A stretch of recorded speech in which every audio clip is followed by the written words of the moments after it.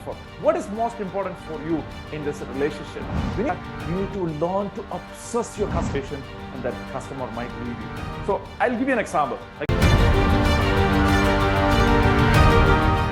If you want to grow your business to the next level, being able to scale up your business to the next level, the number one thing that you need to do is to create raving fan customers. By end of this video, you'll learn how to get your customers to become raving fans so that they become your free salespeople. They'll start talking about you with other people and they get really excited and they endorse your product and essentially force their friends to buy from you. Let's get started with number one. What is the number one thing that you need to do to create raving fans? The thing is to understand the needs of your customer. For example, what are the clients looking for? What do they value? What is really important for them?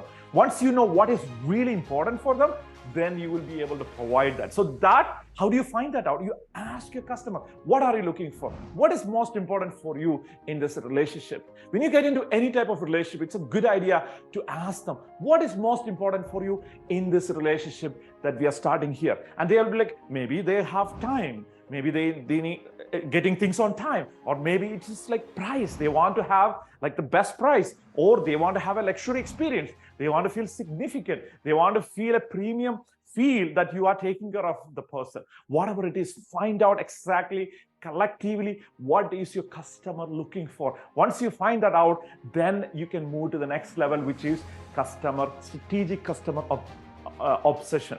What is strategic customer obsession? Imagine that you are like totally in love, and then you are always thinking about your loving like partner, like, and all of a sudden you're like always romantic. You're always thinking when there is rain, when there is sun, when there is like hurricane, all the time you're always thinking about this person, right? That is obsession. You're always thinking about the person. Just like that, you need to learn to obsess your customer. There are 3 ways to obsess your customer. The first way to obsess your customer is obsession in terms of time, making sure that you finish your things on time so that customers can enjoy the thing without whatever product service that you're offering. Make sure that they get it on time or ahead of time. Right? If you finish on time, you're already late. If you finish ahead of time, then you are ahead of time. And they really appreciate, all over the world, people really, really appreciate if you get things done on time. So don't fall into this trap called Parkinson's law. Parkinson's law, in terms of time and work, states that if there is enough work, like for example, if you commit to doing something for 10 days, the work will expand to fill the time. What does that mean? It means that if you have like 2 days of work, if you have only 2 days to finish that work, almost all of it will finish in 2 days. That's how it works. That will work on the 80-20 principle as well, if you pay attention to that. Right? So pay attention to this. And if you give yourself 30 days, you would still not finish on 30 days. You finish on 32nd or 33rd day. Why? Because work will expand, Parkinson's law, to fill the time that we have in our hand. Right? So what we need to do is we need to go against the gravitational force of Parkinson's law and shrink the time that is required to get things done. When you do that, what happens is you're obsessing over your customer. Once you're obsessing over your customer, what is happening is you are finishing it ahead of time through that obsession. Second type of obsession is obsess over quality. What can you do to improve your quality? What can you do to make it 1% better?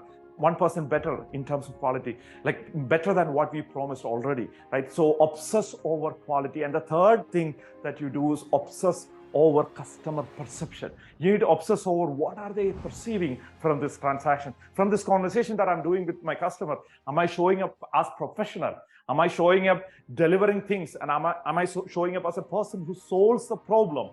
Right? Am I showing up as a person who's resourceful, helpful, supportive? What is the perception that the other person is having? If you're in a romantic relationship, if you show up one day with no clothes, like just the underwear, and all of that, oh my gosh, what's wrong with this person, right? Or if you wear a like Superman costume and go for a date, all of a sudden what will happen? So like that, right? Like that. So let's bring our best approach, professionalism and everything, so that they understand that you are a professional and they perceive the value that you're bringing in. And going to the next point, which is under promise and over deliver 100% of the time. The biggest mistake that business people make that stop them from creating raving fan customers is over-promising and under-delivering. We always want to promise big.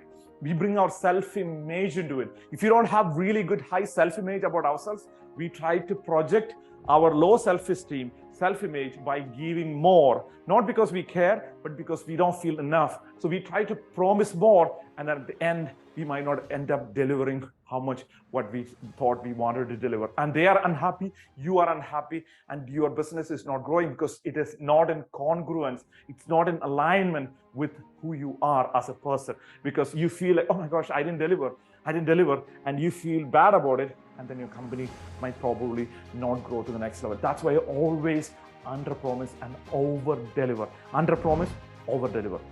Like if you don't get anything else from this video so far, under-promise, over-deliver. Under-promise, over-deliver. If you do that, that will take you to the next level. And final point, which is, this is a counterintuitive principle where I'm going to ask you 90% of the time excellent service, excellent experience, or 100% of the time good experience. Which is the right answer? Let's say you are able to produce 90% of the time excellent, 10% of the time it's good still. Another option is 100% of the time good experience. Which one is better for your customers? And the answer is not what you think it is 100% of the time good experience, because customers are looking for consistency and predictability. They should be able to predict, like McDonald's, like Starbucks, that your product, your service that you're offering is consistent and it's useful consistently all the time. If you give like 90% and you're like, oh, that's not true, give me a second, okay? 90% of the time you give amazing experience or excellent experience, and then you give 10% time good experience, they start to see what happened. Last time you are doing pretty good, now you're like, I feel like you don't even care. That creates even worse situation, and that customer might leave you. So I'll give you an example. Like imagine you are a really amazing student in college and you have been getting like A+ on everything that you do. You are learning, and at school, everything you get A+ all the time.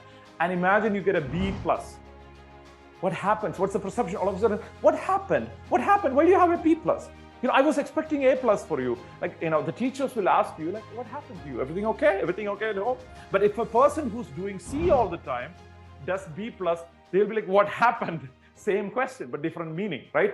Do you see that? So that's why we need to bring consistency to the customer experience. If you're able to bring consistency to customer experience, then the probability, the possibility of you creating raving fan experience, raving fans in your business goes up significantly. So does your ability to grow your business to the next level, to scale your business to the next level. So finally, in conclusion, in order for you to convert your customers and clients into raving fans, you need to make sure that you under-promise and over-deliver most of all the time, and give a consistent experience, and make sure that you obsess over what they really need in terms of time, in terms of quality, in terms of the perception that they have after finding what they're really looking for, finding their value, and then try to match your product, your service as a match for the value that they are looking for. At that point, your business has no other option but to grow to the next level. That being said, scale your business,